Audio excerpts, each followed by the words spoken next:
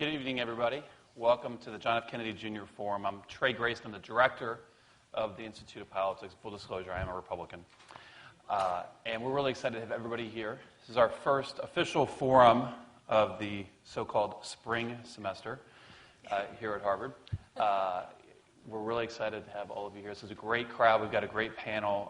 All of you, I think, got a chance to get a program so that you have more detailed bios. I'm not really going to do really long introductions for our panelists. We're just going to dive right in. I'll do a quick intro. I'm going to ask one question to kick it all off, and we'll dive in, bring you guys into the conversation, and we'll go from there. So to each of you, if you could just address, in the last election, our party didn't do very well. You know, there were some wins, some highlights, some things like that. But in general, the president was reelected. The Republican Party lost seats in both the House and the Senate. And over the last couple of months, a lot of Republicans have been asking questions about, you know, how can we do better? How can we win elections in the future? How can we get good policies passed, that sort of thing?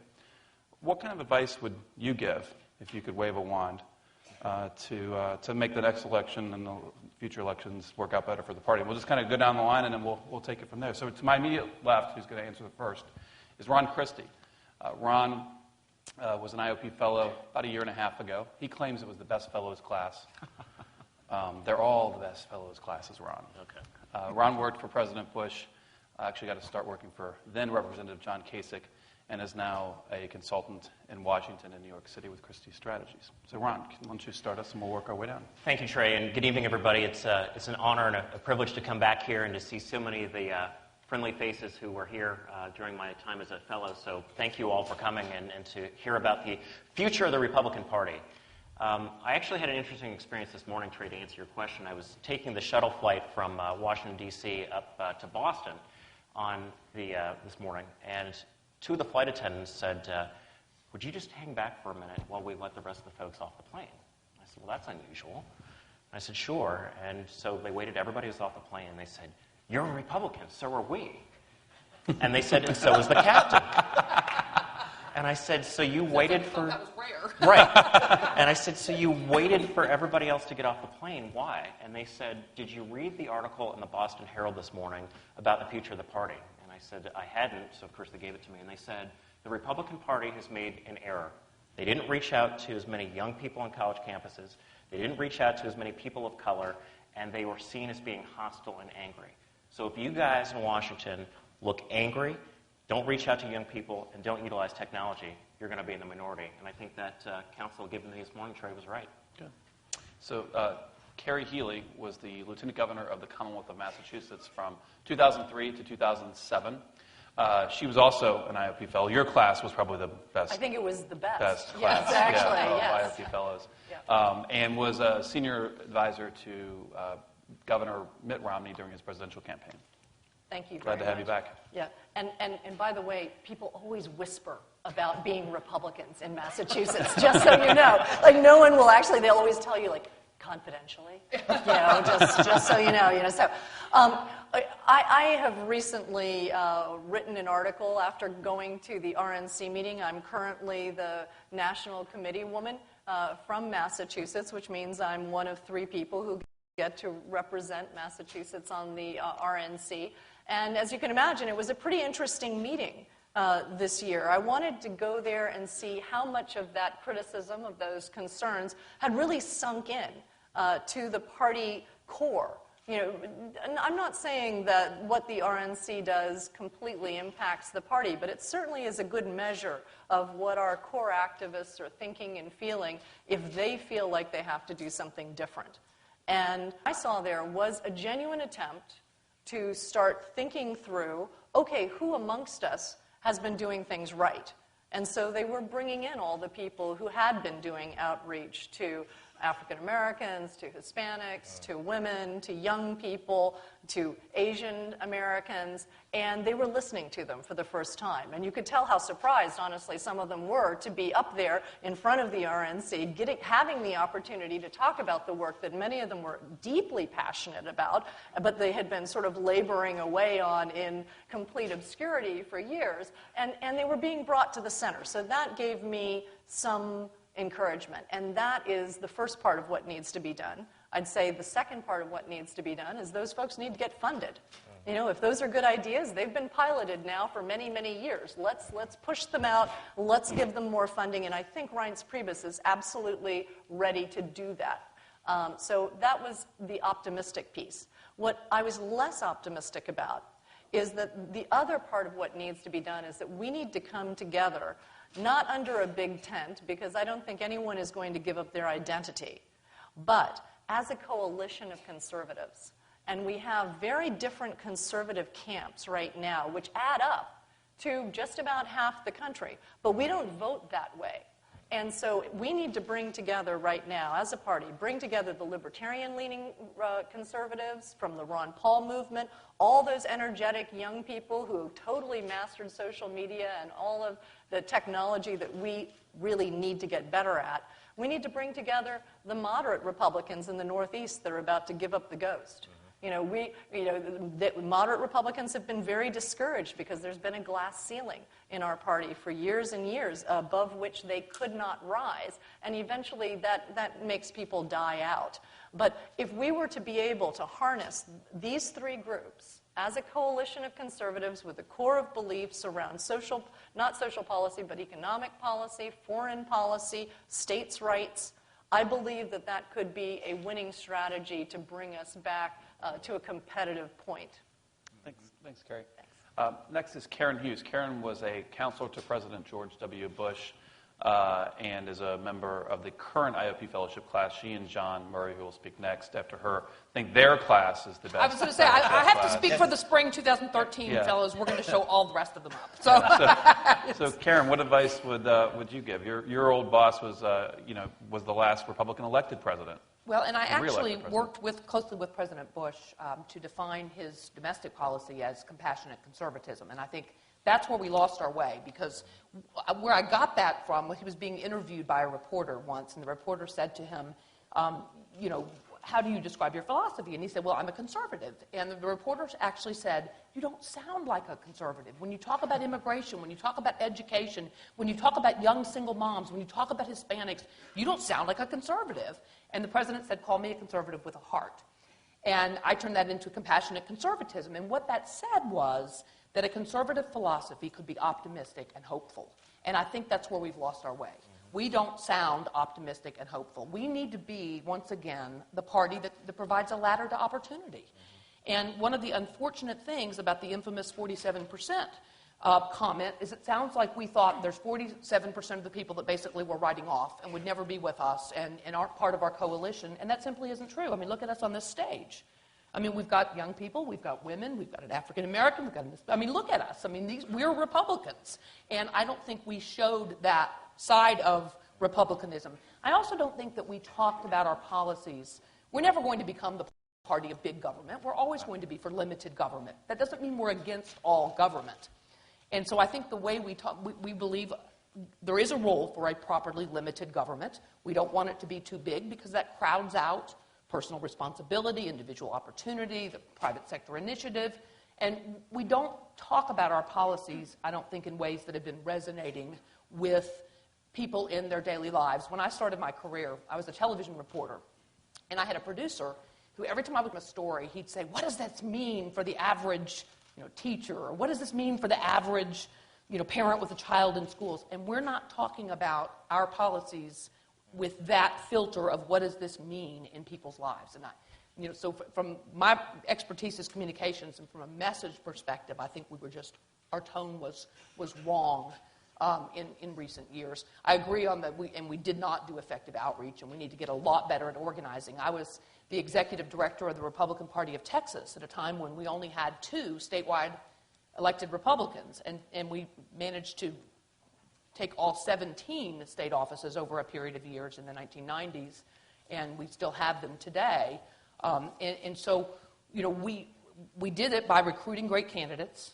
We did it by organizing and out-organizing the Democrats, and we did it by articulating our conservative philosophy to Texans in a way that resonated in their lives, and that's what I think we need to do nationally. I will say, though, with all the bad news, we do have 30 Republican governors who are governing very effectively in states across this country, and we need to look at what they're doing successfully in their states as a good model for us nationally. Great. Thanks, Karen. Next up is John Murray. John is also a member of the so-called Best Fellows class ever. Ever. Best ever. John is the president of the YG Action Network, YG Action Fund, which is a 501c4 super PAC organization to elect House Republican or candidates. Was also Deputy Chief of Staff for Eric Cantor, who gave an interesting speech yesterday that I think addressed some of what Karen was talking about. John, what's your take on this? Yeah, I want to build on what Karen said. I joined Eric's team in 2009, which I remember seeing Time Magazine about the day that I had accepted the job, and it said something like the end of the Republican Party, and I was like, well, this is a great time for me to get on board this train. But, honestly, at the time, I remember there were 176 members of the House, and we had a 70% approval rating, new president, a very exciting time in the country. And I remember meeting with the leadership team at the time, Minority Leader Boehner and Whip Cantor and others. And one of the things we decided at that moment was we could not be a party of simply disagreeing with the president, of simply saying whatever they want to do, the answer is no. We made a very focused decision to fight over the battle of ideas by offering alternatives. And I remember very clearly the first trip we took to the White House to sit down with the president to talk about the stimulus package. And Eric was sort of new to taking some of these trips. And I remember he said, well, we should bring our alternative. And we said, well, sure, why not? I mean, he's got a plan, we should have a plan. And we came to the White House and we sat down, and Eric said, would everyone like to see my plan? And the president, and I remember the look on his chief of staff at the time, Rahm Emanuel's face, he was like, don't do it. And the president like, sure, hand it out. And so, but the point is it gave us a moment and an opportunity to be for something instead of just against something. And my biggest concern right now, and I left Eric's office in the fall of 2011, was we've sort of gotten away from articulating a vision that is not just a counter-proposal, but an offering a different choice. And I think this country understands, and if you look at the polling, everyone's aware that choices need to be made. The question is what is the option that we're presenting, and how does that dovetail into the larger purpose of the average American family? And I agree with Karen, that's the other challenge I think we face, is we've gotten away from articulating the value proposition at the kitchen table. We've gotten into a pitch battle over spending, and I personally believe we do need to address the debt and the debt. And I think all of us play a role in thinking about how this country is going to move forward under the current conditions that it is in. But if we are not articulating why it matters to you, not just the principle of cut the government or cut spending, but how is it going to impact you in a real way, then we're going to lose that argument. And for Eric, I ran his comm shop as well. And that's a lot of how we spend our time, is how are you connecting? And where are you connecting? And I think that in order for us to have an effective future electoral, positive electoral outlook, we're going to have to get back to connecting, because I think we have policies and ideas, but if we're only debate societying them inside the dome amongst each other, we're not really reaching out and we're not going to be successful. Tonight's final panelist is Anna Navarro. Anna, you may have seen on CNN, where she's been a contributor and has been appearing more and more frequently. She was a top advisor to Senator John McCain's 2008 presidential campaign, as well as Governor John Huntsman's 2012 presidential campaign. We're really glad to have her. She's not yet a member of the Best Fellows class ever, but we're hoping to sell her on the IOP, so y'all be nice to her, so maybe she can spend some more time with us in the future. Anna. Well, I'm from Miami, so what I do know is that if I do come and be a fellow, it's not going to be in the winter. Well, the good part about being last is that I get to say all of the above. What did we do wrong? What's the advice? All of the above. We had bad outreach. We had bad message. we had bad tone, we had bad messengers. I think you take the 2012 campaign and make it a manual on what not to do. Karen is completely right. Somewhere in the process, we have lost the heart of the conservatives. Somewhere in the process, conservatives have become and sound to others as righteous, judgmental people. We somehow, made gays believe we wanted to neuter them. We made Hispanics believe we wanted them to deport themselves. We made young girls in college think we were going to make it really hard for them to have sex. Well, guess what? That's not really a very good way to get anybody but old white men to vote for you. So, on the Hispanic part, really, it could not have been worse. I've said before, I think Mitt Romney lost this election in the primary. He self-deported from the White House. And I think our primary process was incredibly destructive. On the Senate side, in the presidential race, really forcing candidates to go unnecessarily so far to the right. And then I think in Romney's case, he had an acute case of flip-flop paranoia that didn't allow him to shift to the center during the general. And so we had the primary candidate practically the entire time.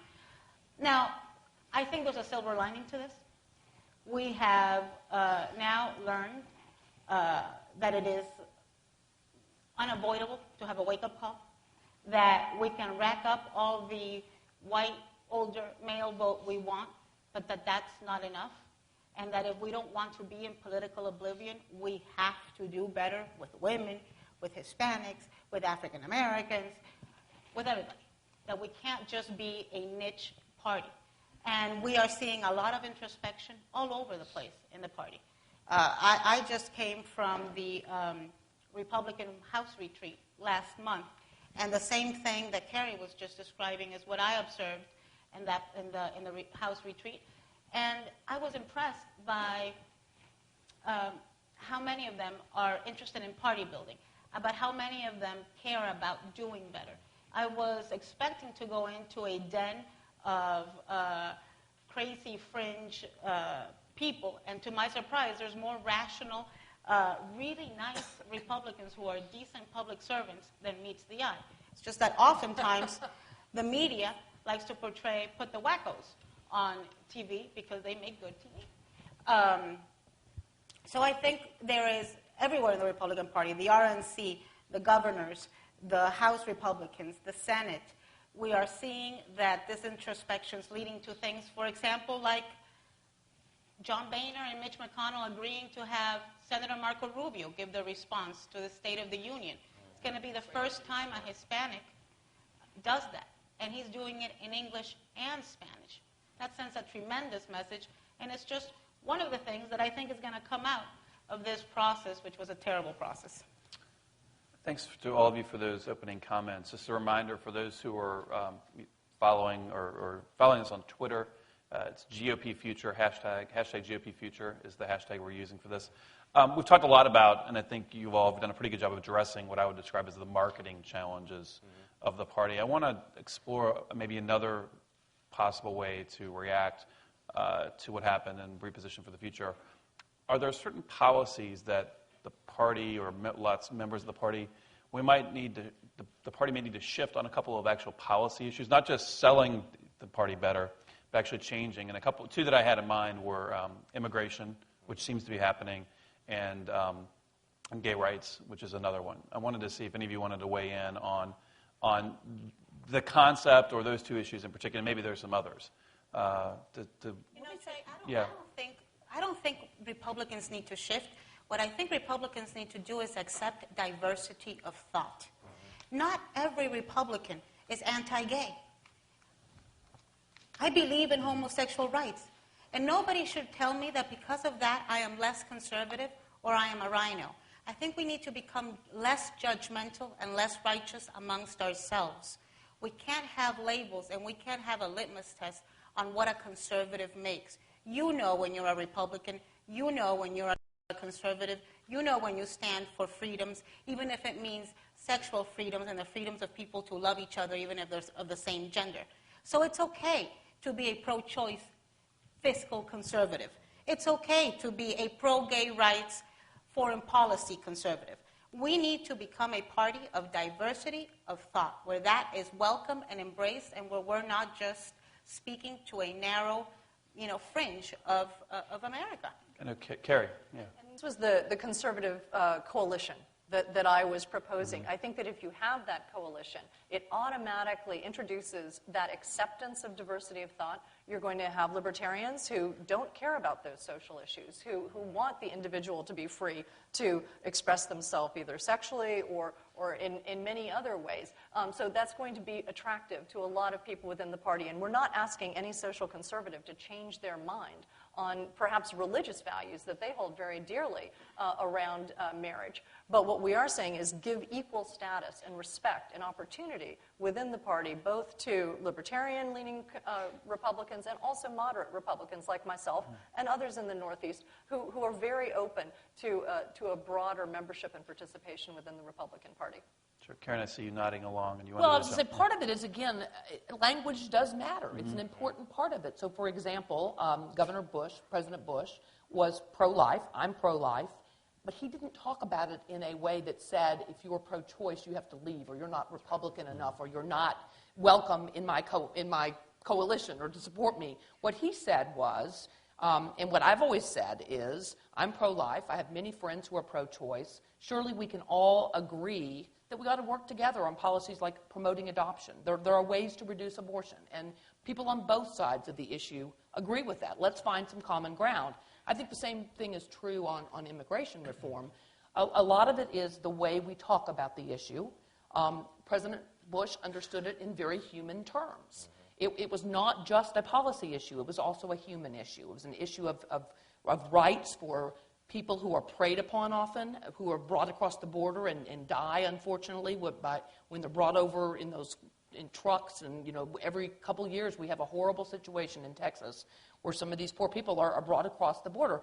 He understood. He used to say in Texas we have tios and tias, aunts and uncles on both sides of the Rio Grande. There are family ties in Texas, and he understood. He started his career in the West Texas oil fields, where a lot of the workers were illegal immigrants, and he saw how hard they worked, and he saw that they came here out of desperation to try to feed their families, and he understood that on a very human level.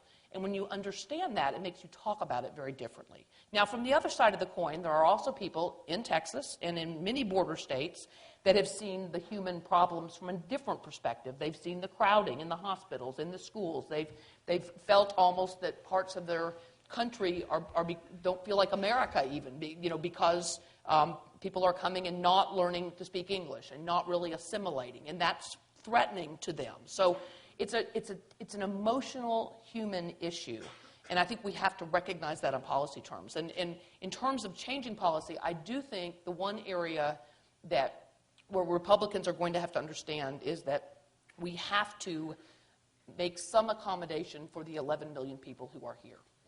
And I don't believe that we should, I think as a matter of fairness, we shouldn't let them cut in line. We shouldn't let people who came here illegally jump in front of people who came here and followed the rules. But I do think we have to offer some sort of path to citizenship for that 11 million people. And there are some in my party who don't agree with that.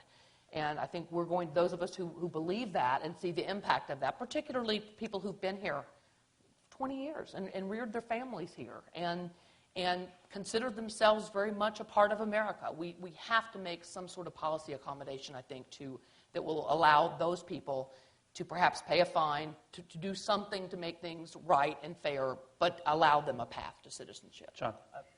Little different angle to it. As a super PAC guy, the other thing I spend my time looking at are candidates and winning. And we invested a lot of money in candidates who can't win.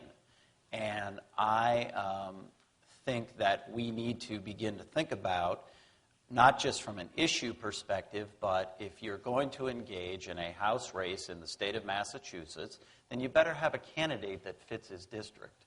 And what I keep seeing us do is trying to retro people based on a sort of litmus test set of rules into districts that they cannot win. And I'm accountable to the people who give us money. And I cannot go to them after a cycle and say, well, I blew the budget on this guy who clearly had no chance of winning in this district. So for me, there's a political piece to this, which is political power provides you the avenue to make policy change. And the part that I don't get about some parts of our party are they would rather be in a position to not impact policy but have a litmus test reason to either run or not run. And I just don't understand that. I mean, we invest in the effort to get people elected who are going to come and be representative of the places that they're coming from. So the person in Massachusetts isn't going to look like the person in North Carolina, but that's how it's supposed to be.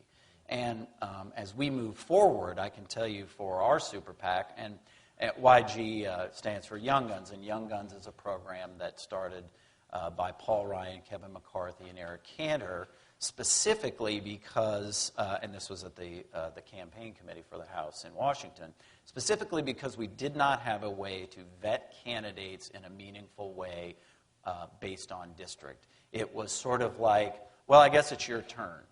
So we'd put that candidate up. Maybe they'd win, maybe they wouldn't. The point is that we have systematically begun to look at, and this is at the House level, people who are capable of competing in their district and that fit the makeup of the district. And yes, there are some very red districts that are going to have people who are going to think very differently from people in purple districts, and maybe even some little more blue districts that we can compete in. But the point is, if we do not try to compete, if we do not reach out to millennials and Gen Xers, if we do not think about the issues as they resonate in a particular area, we will be a minority regional party that is only in the places where we have gerrymandered red districts.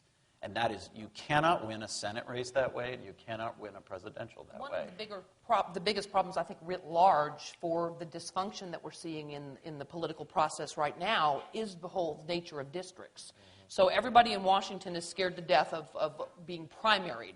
That's the new political term, that you're going to be primaried. Well, that means if you're a Republican, someone's going to run at you from the right if you don't go far enough to the right. If you're a Democrat, someone's going to run at you from the left. There aren't very many districts. Charlie can tell us, he's the expert. How many districts are really swing districts?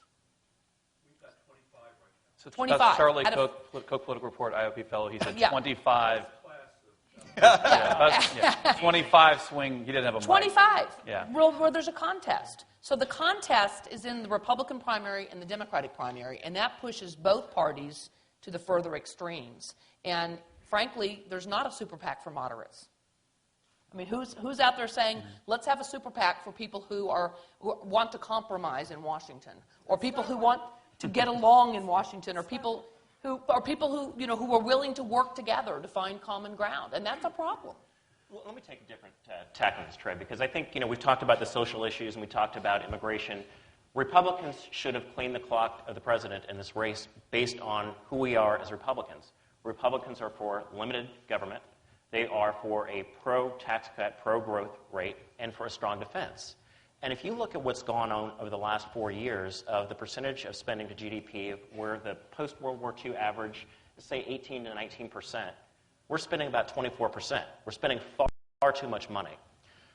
The entitlements are going to bury all of you and all of us if we don't reform entitlements. The president put together a commission specifically to look at entitlement reform. How do we get our hands around Social Security? How do we deal with Medicare and Medicaid? And at the same time, once this report came out, the president ignored it. And the Republicans let him get away with it. You could go on issue after issue where Republicans, I think, are now afraid of the president with facts. And I was at a meeting this morning with about 40 members of Congress. It was off the record. And some of the Republican folks said, well, the president really cleaned our clock on this. How can we combat him? Can you help us with some good talking points? And I thought, this is not about talking points. This is about having a fundamental understanding of the way that our government works, the way that it's supposed to work, and the way that it is not working. And so long as Republicans feel that they can't play on the same level to compete from a communication standpoint and from a policy standpoint, we're going to lose.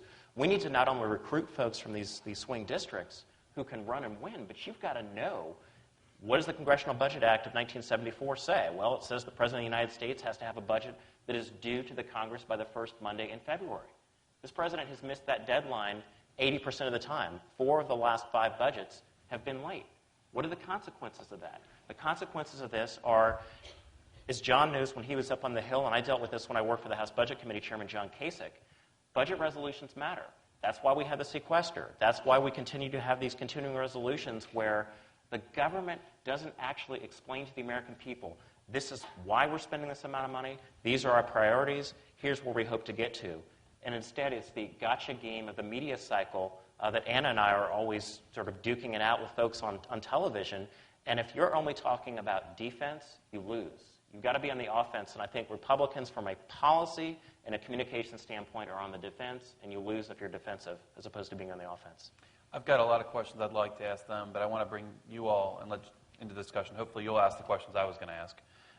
So we're going to begin the question and answer period with the audience. As is our custom here at the John F. Kennedy Jr. Forum, we have our 4 microphones throughout the forum area here, 2 on the floor, 2 in the stairwells, and those boxes. The rules are simple. When you begin the question, begin by identifying yourself and telling what affiliation you have. All questions end in a question mark, and they do not contain a speech in the middle. They are questions. And we can take as many as we can, and we'll just start up here in the box since we don't have anybody on the floor yet. We'll start here with Danny. Hi, I'm Danny Hatzum. I'm a second-year MPP here at the Kennedy School. And my question is, we'll start with Dr. Healey, and we can... So Harvard's own Ross Douthat wrote a column immediately after the election when he said that millennials and Hispanics and immigration and gay rights were baubles and distractions, that this was about economic issues. This is why we lost. And since the apparent benefit of the Romney-Ryan ticket was that it would be the face of Republican economic ideas, and they lost badly, is that not indicative of Americans' rejection of supply-side economics and other conservative economic ideas? I guess I disagree with both of those, both the question and also the underlying assertion that those concerns were just baubles or distractions. I think that young people feel very deeply about having a more open society. I think they not only care about things like gay marriage and access to contraception and abortion issues, but they also care very deeply about the environment, for example. And we haven't addressed that properly as a party. I think there's a whole range of issues in addition to the economy, which I, of course, felt was the central issue that everyone should have been focused on like a laser beam during this last election, but clearly that they were not. But I think that there were any number of issues that we as a party, we missed out on. You know, we could broaden our appeal without changing our positions on this thing or that thing that's particularly controversial if, for example, we had had a more fully articulated policy on Central and South America. You know, if we had talked more about what free trade would really mean with our allies and actually reach out and let people understand what that would mean for various groups within our own voting group, Hispanics and others, if we had said we really care about Central and South America and we're going to make an effort to make sure that our economies are integrated. That's an economic message that I think actually would have brought people to the Republican side and would have mattered. And going back to the environment, I genuinely think we have a huge missed opportunity. You know, Republicans were the party that started thinking about the environment and engaging the the nation in preserving our environment. And the fact that we don't even talk about it now is a huge error on our part, and we need to make up some time on that. Well, I think Republicans need to, we need to walk and chew gum at the same time. We can't just talk about one issue. Yes, the economy was the biggest issue, but, I want somebody that talks to my head and my wallet, but that also talks to my heart and my emotions. It's a lot easier to listen to what somebody's saying about your wallet and about the economy if you like them. if you think they can relate to you, if you think they are speaking to everyday Americans and they feel your pain, something that Bill Clinton was very good at, something that George W. Bush was good at.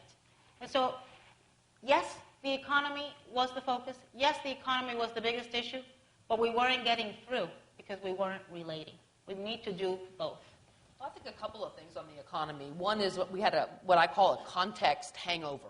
So there was nobody out defending George W. Bush. He left office right after the financial crisis. Nobody ever made the case that that was not a failure of George Bush's economic policies. It was a housing problem at its core. And nobody made that case because there was no vice president from the Bush administration running for president, or there was nobody out there defending him. People just almost didn't want to say his name because popularity of the war and things like that. So nobody was ever out there making that case on the economic policy. So there was a context hangover. Frankly, I think people voted for President Obama despite the economy. The economy is in bad shape. We actually retracted in the last quarter of last year. People think the country's on the wrong track. People didn't like, I don't think, the stimulus and didn't think it worked. They voted for him, I think, as Anna said, finally because they decided they were more comfortable with him than they were with the alternative. I don't think it was about the economy in the sense that people were very worried about the economy, but I don't think it was a referendum on Republican economic principles. Next question. Hi. Yeah, you can move it down. It's okay. Yeah, way down. I am a registered unenrolled voter. I think that's and what's your name? Speaking with my name is Sonia Babalia. I have no party affiliation, so I'm just here to listen. Ms. Hughes, I really enjoyed your Politico op-ed soon after the election, especially your threat to cut out some tongues here and there. That comment got more attention than anything I've said in the last 3 years. Yeah, but for me, it was a very powerful comment because... Can I interrupt for a second? Just for those who didn't read it or hear about it, what was it you said? Well, I actually said that I was going to cut out the tongue of any Republican man who ever said anything else about rape ever again other than it's a horrific, violent crime. Okay. Yes. And it was actually born out of my frustration. It was born of my frustration because I was the executive director of the Texas Republican Party in 1990 when we had a Republican running for governor who made this horrible, he said it was a joke about rape. And it cost him the election. And when I heard about the comments last year, I thought, haven't we learned anything in 20 years? No. And so all the young people like you, who are my son's age, my son's 25 now, all the young women that I know, they all think we're a bunch of Neanderthals because of comments. All right, let's like get back to our question. So, anyway, I just sorry. wanted everybody That's the context. Yeah. So my question is, you also mentioned that a lot of your daughter's friends ended up voting for Obama because of those comments, and it kind of went back to like Claire McCaskill's election bid. I kind of noticed that there were no Republican women speaking out about it. Like people were saying, oh, that's like a bizarre comment for him to make. That's a, not so great thing to say in public. But I didn't see many Republican women stand up and say that is absolutely wrong for him to have said that. And I was just wondering if you have any idea why. That's an interesting point. I don't think we saw very many Republican women's faces in the last campaign, frankly. And that's too bad. I mean, not enough at any rate. And I don't really know why. I spoke out at the time, but I was in Texas, so probably didn't get as much, and it wasn't quite as harshly as I did after the election. Because again, you don't want. I was not in. I was supporting Governor Romney, but I wasn't part of his campaign, and so you don't want to say something that'll upset the camp. That'll cause problems. Well, again, these comments were really not by Romney; they were by. And he did speak out against them. No, and he spoke out against them. And he spoke out against them very strongly against them. Immediately Right. and clearly. So, Right. Yeah. But you're right. We didn't see a lot of Republican women say many things, and I don't know why that is. Well, let me take that not from a Republican woman, but from a Republican guy standpoint. I mean, I go on MSNBC every week, and they try to throw everything, including the kitchen sink, at you and try to cut you off. I was on talking about this very subject, and Chris Matthews said to me on Harbaugh, he goes, well, you Republicans, you're just a bunch of troglodytes. And I said, Chris, that's a big word for you. But, again, yes, thank you. But the fact of the matter is that it's so easy for the media and for Democrats to paint the Republicans with one brush. But if a Democrat, say Bob Menendez from New Jersey, is under allegations of supposedly going to a different country and supposedly engaging in underage prostitution, you don't hear about that. And so I think that when we assess the way that Republicans react to issues, Governor Romney immediately came out and repudiated those comments. The party elders, many of them came out and repudiated that. So you can't think that 2 or 3 people are speaking for an entire party for Republicans, but Democrats aren't put to the same standard. I don't think we came out hard enough. I remember he was on, Governor Romney was in an ad for one of those candidates. I also remember when Rush Limbaugh made his comments about, Sandra Fluke, that, we could have been stronger. We could have left absolutely no doubt that we repudiated, we condemned, we found them disgusting. This is not what we stood for. Instead of trying to massage the thing, say, it's not the language I would have used. You've got to go further. People, when you hear something that's that offensive, people want a strong defense. And I think it's one of the lessons we learned, that we must strongly stand up against crazy comments that are not representative of the party. That when somebody in Sioux City, Iowa, says something that is offensive to Hispanics, my gosh, the rest of us have got to stand up and say, this is not representative. It's wrong. It's crazy. And you know what, Hispanics? This is not what we stand for. And we have to say it loud. We have to say it fearlessly. We have to say it strong, and we have to say it everywhere. Just because this is being taped, Yeah. I want to make it clear that Governor Romney made that commercial endorsing Aiken before the comments, and he condemned the comments roundly. So. Well, we tried to get him out of the race, too. Yes. The party did ask him to get out of the race and tried to replace him with another candidate. So I think there were strong comments made. I do think it's an interesting point that I don't remember seeing a lot of Republican women speaking out, and that's an interesting point. Hi, my name is Aram Shah. I am an American Muslim Republican from Chicago at the Kennedy School. So I'm a near extinct He's near really extinct lonely. species. Be nice to him. Lots of diversity there. I had to gather a lot of courage to even stand over here amongst my friends. My question to you is, I've heard a lot about the Republican Party wants to be more inclusive, and I've heard that multiple times. I'd like to better understand, other than just being an abstract concept, what specific steps, what specific action strategies does that mean in order to accomplish that? And could that potentially mean not just speaking against or about some of these fringe elements, as Anna mentioned, but how about expunging them from the party at the risk of reducing the base? How about Ron? Well, look, for me, I think that one of the things that upsets me so much in our political discourse today, when people talk about Republicans and how we need to reach out to this and that, is that it sounds like we're a party of hyphens, right? Oh, African Americans, Hispanic Americans, this Americans. We're Americans. Why is it that Republicans are differentiating people based on their color? I don't like that. I think that if you have the right policies, if you have the right agenda, it's going to appeal to people of color, appeal to women, based on your ideology. And I don't like the self-segregation. The other thing, and Karen and I both know this well, that I think that President Bush was so very effective about, was that he laid out his principles of, this is who I am as a leader. This is where I think we should be going. And then he brought all folks together, Republicans, Democrats, liberals, conservatives, and said, how can we best govern the country? And so I think that if we try to move forward and say, this is the Republican, our way or the highway, I think we will forever lose that. And that we also recognize that as our former boss said, that the one thing that we need to confront, and I believe that the civil rights issue of the 21st century is the power of an education. And if we can't combat that soft bigotry of low expectations, that people of color can't compete equally because they're poor, because they're black, because they look this way, then we've already lost. Let's make sure that all of our kids can compete, regardless of the color of their skin or their gender, and make sure that all of our kids have that equal opportunity. And I was just going to say, we hadn't mentioned the issue that I think is most important for the future of the Republican Party until just then, and that's education. because we have to be the party that provides that ladder of opportunity. And the first rung of that ladder is education.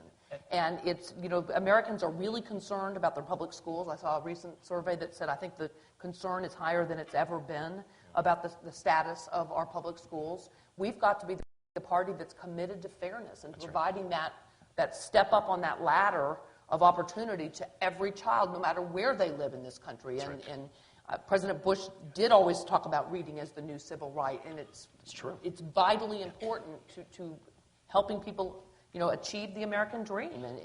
And here at this, great university, you're all here because you succeeded, and you had people and teachers that invested in you, and that parents that encouraged you, and need to make sure that all our kids in this country have that opportunity. In fact, I was asked by Texas Monthly Magazine a few years ago if I could do one thing to change the future of Texas, what would it be?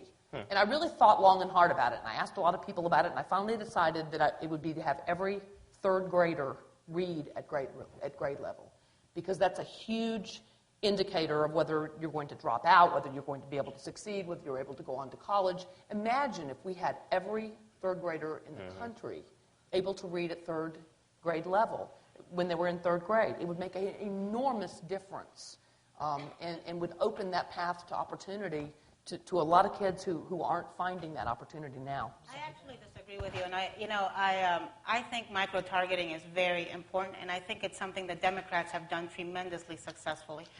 You don't go and say different things to different people, but certainly there's a fine line between speaking about some specifics that certain groups are interested in and pandering.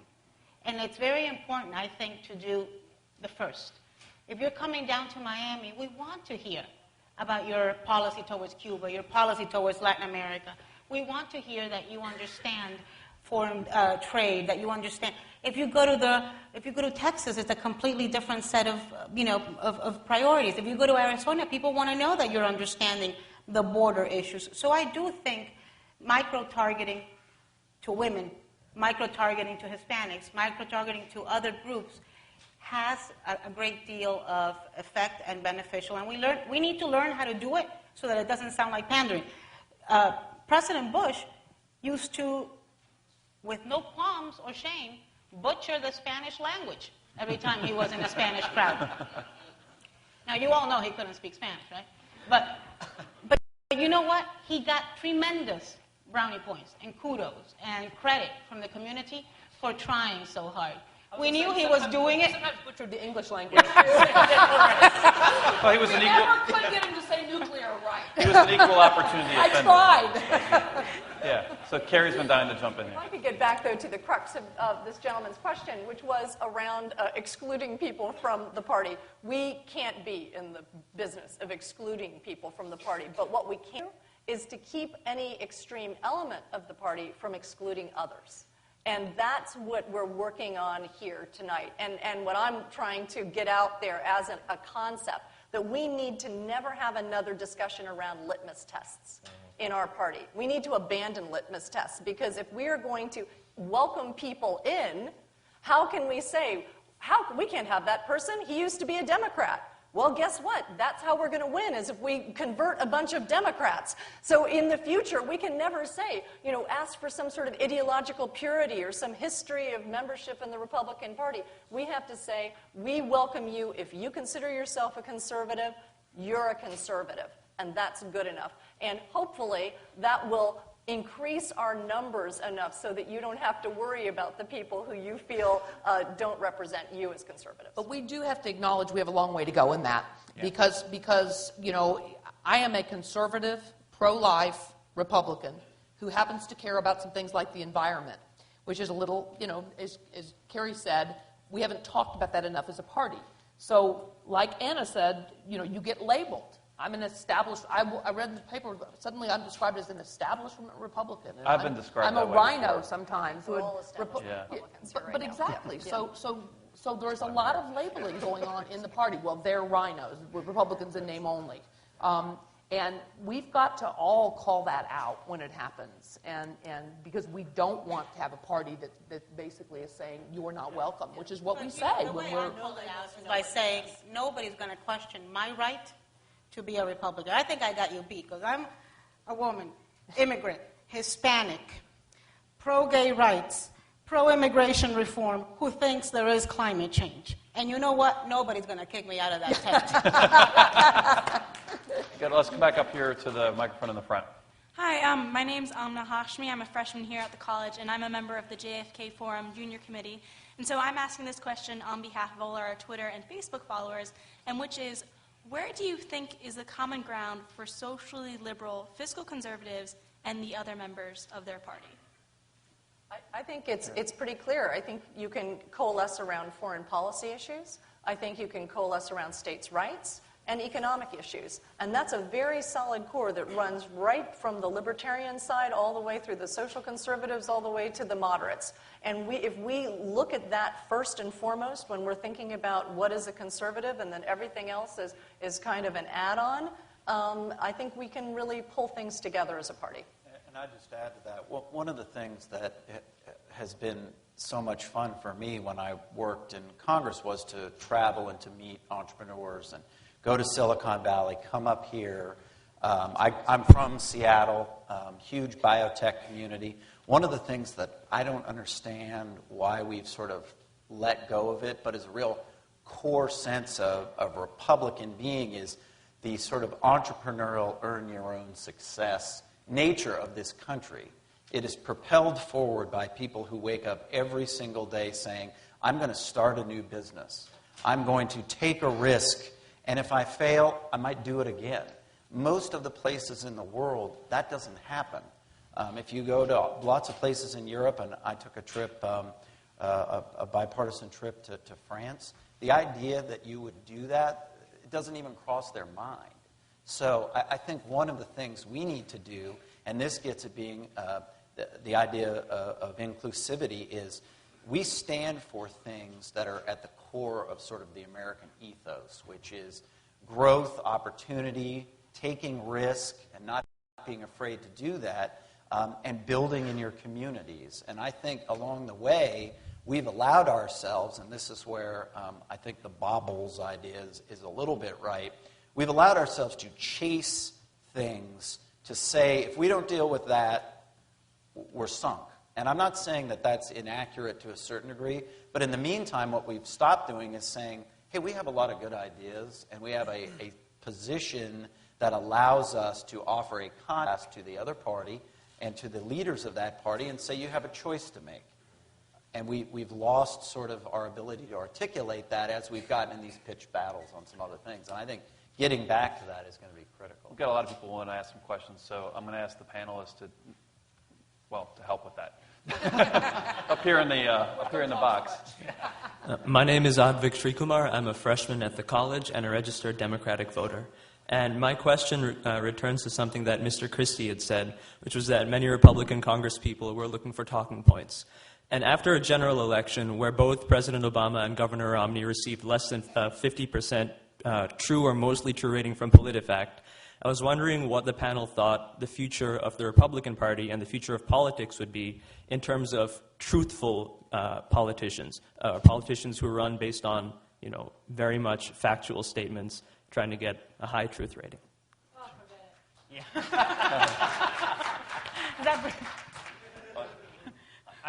I'll start. I'll tell you, I think one of the reasons why the American people distrust Washington and distrust politicians so much is that they don't believe anything that's coming out of their mouths, right? I mean, they don't. Congress has somewhere between a 9 and an 11% approval rating. Why? Because Republicans will tell you, we've got everything figured out. We just cut taxes. The economy's going to boom and surge again. And then Democrats will come back and say, if the Republicans cut taxes, then they're going to take away Grandma's Social Security check, and they're going to throw Granny also out of her Medicare and Medicaid. And I think that as people who are engaged in the public arena, you need to be very truthful about what our policies mean and what their specific impact would be. And I'll give you just one. I think Republicans are getting their clock cleaned, and one of the things that we should talk about more is energy policy.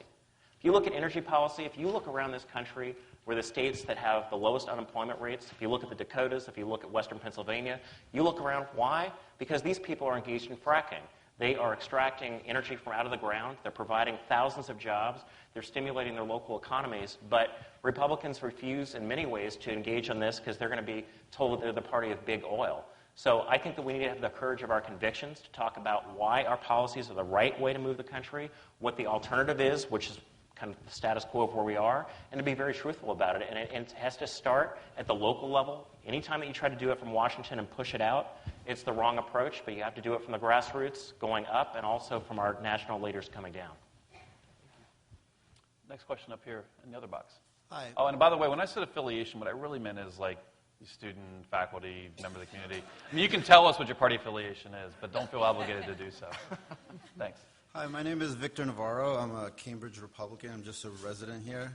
And my family lives in Texas, in Galveston, Texas. My father works for UTMB.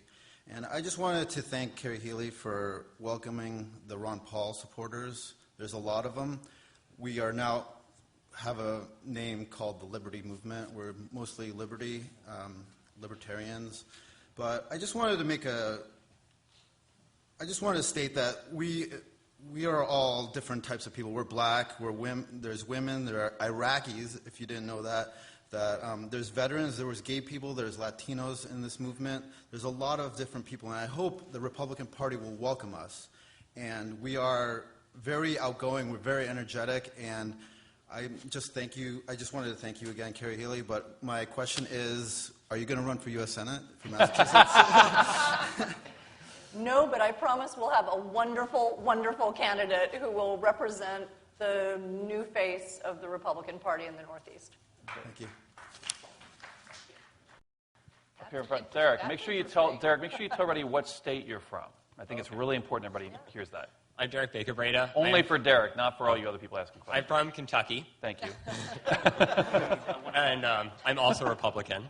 So I'm a senior here at the college. And my question was, do you believe that the Republican Party can compete for the youth vote without addressing the environment that many voting youth find themselves in, which are liberal universities where conservative ideas are very much not welcome? And if so, can you think of a way for the Republican Party to actually break into this environment where we've been on the defensive for decades? Ron, this might be a good one for you since you've taught here and you've taught in other universities. Well, in full disclosure, I went as an undergraduate to Haverford College in Pennsylvania and loved it, had a great experience, and have taught there and have also obviously taught here. And one of the things I think Republicans need to do a better job of is entering academia. A lot of Republicans say, oh, well, those left-wingers, they're indoctrinating the students, and they're all left-wingers. I have had more really productive interactions with students here at the college and at my alma mater who really push you and challenge you to think what you think, and they come away and go, gosh, all you Republicans aren't as crazy as I thought. But the flip side of that equation is that I think our colleges and universities, by and large, that are overwhelmingly liberal, do a disservice to the students that they serve. My job is not to indoctrinate you based on my political philosophy or my opinions. My job is to lay out the evidence. I'm trained as a lawyer, and let you decide, gee, I think this is kind of where I feel more comfortable. But until Republicans get involved in academia and that they are willing to go through and to deal with some of the hostility that is out there that I've certainly faced, then we're not going to change that perception. And also, our job as Republicans is not to indoctrinate students. It's to educate students and allow them to make the best informed decision. And just building on that a little bit, I think one of the things we do need to do, and this is members of Congress, senators, everyone in our party, all of us, we can't be afraid to go to places that everyone is not just agreeing with everything we say and make our case and make a statement. I think we have a whole world that operates in our party that will only watch certain channels and only read certain newspapers, and now will only look at a hyper-targeted blog that's only talking about the very thing they like in the language they like. And I think if we don't have the courage of our convictions to go out and convince people that we have ideas and that we're willing to both admit that the other side does have ideas and that we're thinking about them, but then offer counter arguments, then shame on us. And no wonder no one understands what we stand for or why they should support what we're doing. And I think an aspect that we haven't touched on that is very important to reach all voters, but particularly young voters, is the technology aspect. We seem to have a lot of nerds in the Republican Party, but not enough geeks. And I think we learned that in the last election. When I was here the last time, and we had that campaign decision makers conference at the decision makers conference, and we went through what the two different campaigns had done. Turns out Republicans are somewhere in the last millennium when it comes to technology outreach, and now I see the young kids in my family. They don't even have voices anymore. They just talk through iPads and iPhones and things. So we need to get better at that. Invest, really, do it now as part of our party building in between elections, because it is a way where we're going to reach youth voters and every voter. Okay, I have a question for you. Are you a member of the Harvard Republican Club? I was president for the past year. Excellent. Okay, so tell me then, how many members do you have? Close to 100. Close to 100. Well, in 1978, when I was membership of the Harvard Republican, membership secretary, because I was a girl, of the Harvard Republican Club, they had 12 members. So you're doing quite well. Okay. And I met with a lot of them last night. They were a great group. So very impressive group. Thanks, Derek. Next question. Hi, my name is John. I'm a junior at the college from Turkey. As for party affiliation, I just like getting popcorn and watch the two parties fight because I can't vote. No. You come to the IP for the food is what you're saying, right? No, that's okay. I do too. I wanted to switch gears and ask about foreign policy because I believe social and economic policy has been talked about a lot. I was wondering what you thought about the future of the foreign policy of the Republican Party, given that the Bush era really transformed it, and that's kind of evident from the way Chuck Hagel's nomination was received. So where do you think the mainstream foreign policy of the Republican Party going in the future years? Well, I can say one thing that I miss in foreign policy discussions with Republicans now, and I was the foreign policy coordinator for the Romney campaign, is that there is now, it seems, a reticence to talk about human rights issues that was not present during the Bush years. President Bush was very willing to talk about the importance of democracy, the importance of human rights internationally, and I think that our party is poorer because we are not willing to step up and at least vocalize support for those who take great risks to pursue democracy and freedom, and in support of those who are suffering because their human rights are being violated. And I think that that's a role that we as a party miss, and we need to get back to that, and I think that that's part of our core message. I agree with that. I mean, I think our party our country stands for what President Bush called the non-negotiable demands of human dignity. And we need to be a loud and proud and strong voice across the world for human rights and human freedom. And one of my criticisms of the current administration is that I think President Obama's administration has not done that, which is somewhat ironic because you tend to associate Democratic administrations more with advocating for human rights, and yet it was President Bush who met with dissidents, who spoke out for greater rights for women, Laura Bush, who did the radio address about the plight of women in Afghanistan. The world, I believe, needs to know that the United States of America will always be on the side of human rights and human freedom. And President Bush made that very clear. And one of my criticisms of the current administration is I don't think they've done so. And I hope our party will continue that tradition and revive that tradition vigorously in the next election cycle. And I also think it's important that we confront tendencies toward isolationism, there are strains of that in both parties, on the right of the Republican Party and on the left of the Democratic Party. And we really need, in my role at the State Department, I saw firsthand the importance of our engagement with audiences across the world and the difference that we make when we work for what I call the deeds of our diplomacy across the world. We are, as a country, enormously important to the expansion of opportunity across the world. We invest in education, in health, in economic opportunity for people in some of the poorest places in the world, and I think it's vitally important that we resist the tendency to just And frankly, President Obama is promoting this a little too when he talks about nation building at home, which is a powerful line, but I hope that he doesn't mean to signal that he wants to retreat from us championing greater human dignity, human rights, human freedom across the world. We're probably going to have time for 2 more questions. I apologize to the folks who are standing up, but I mentioned that just because that means you don't have to keep standing up and then be disappointed. This gentleman here and this woman here, we'll start over here with the bottom. Yes. Hello, my name is Pete Rodrigue. I'm in the college. I'm from Dallas, Texas. And the fellow earlier mentioned truth and lies in politics. And when people say things like that, I immediately think campaign finance. So why do politicians tell lies? I think because they're beholden to expensive corporate lobbies. So my question is, as a party that's generally perceived to be kind of cozy with corporations and money, generally speaking, not that that's always a bad thing, what do you guys think? Comment, please. I'm happy to talk about that since that's as in the my super lane. PAC guy. First, I would say the premise of the question suggests that the Democratic Party is not aligned with large groups that fund lots of things, which is not quite accurate. No, I agree. But I would say this.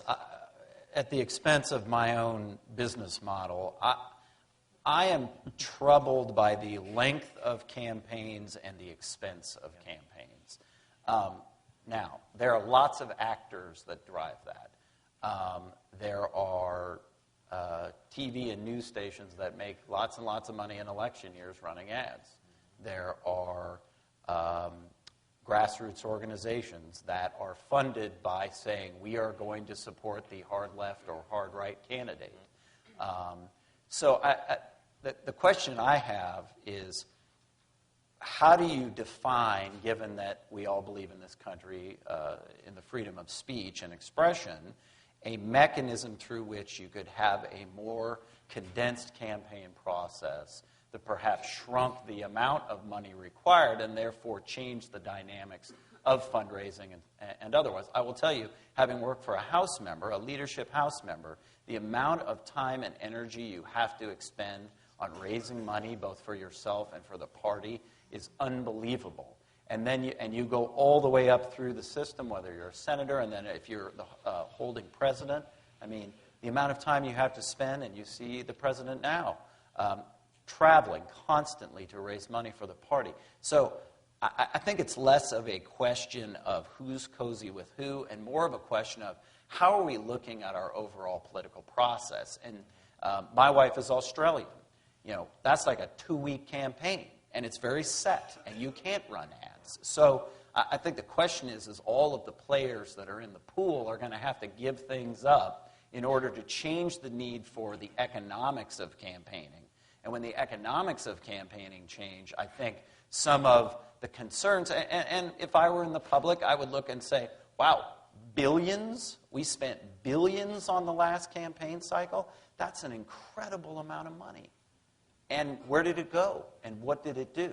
And so I would have concerns there too. So I think we collectively in the political class need to think about that. But I sort of don't agree with the idea of, well, one team is more or less sort of affiliated with that activity. Well, everybody's been the same. You know, lies, as you call them, I would say fudging the facts or stretching the truth.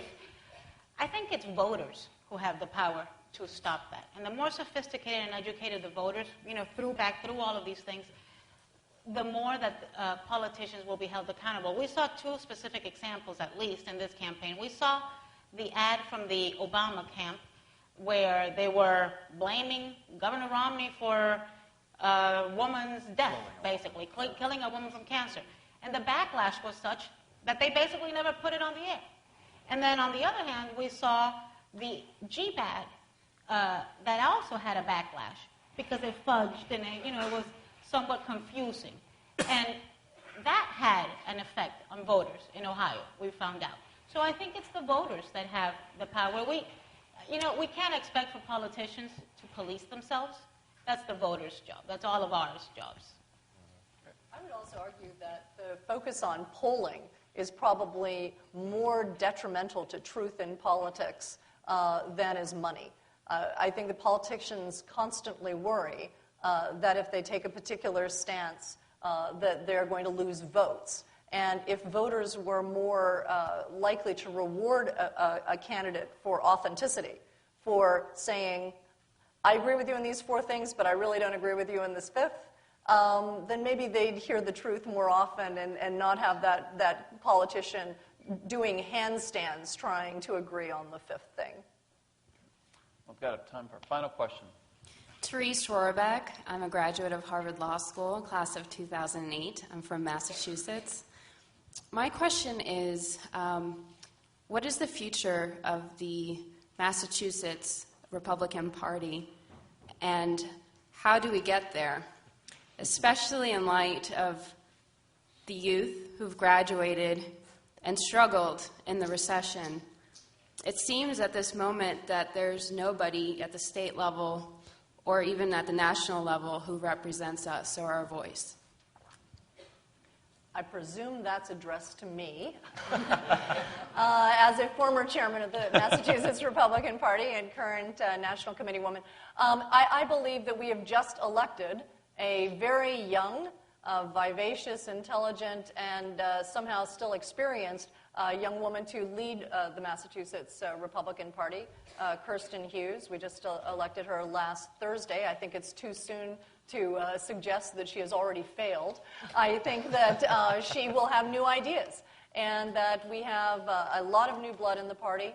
As I have said several times this evening, I'm hoping that we do welcome in the Ron Paul folks into our party here in Massachusetts. There's a lot of them. They're young. They've got great ideas. And a lot of energy. And so I think we should just pause, because every single year or so we announce the death of the Republican Party in Massachusetts, and then somehow we get a Mitt Romney elected, or somehow we get a Scott Brown elected, and then we're revived, and then somehow we're okay again. So we're just in hiatus right now, and we just need to be patient and wait for that new blood to come in, and it will come. Well, that's going to have to be our final comment for the evening. I want to thank the audience. We had a great crowd tonight for our first forum of the semester. So thanks to all of you for coming out. First, go ahead and give yourself some applause. That's good. On web meeting on Friday at 3 o'clock. Do we know where yet? Kirk? No. Somewhere, we'll let you know where. At 3 o'clock on Friday, we're going to have an open house. You can meet our fellows, learn about... We moved it back to 3. It might be at Kirkland House, it might be here. It may not be happening because of the weather. But if you're an undergrad, mark your calendar at 3 o'clock. Fellows, you'll be in the right spot at the right time. Thanks, and we'll see you throughout the semester at the forum. What's that? Right, because we can drink. Yes, exactly.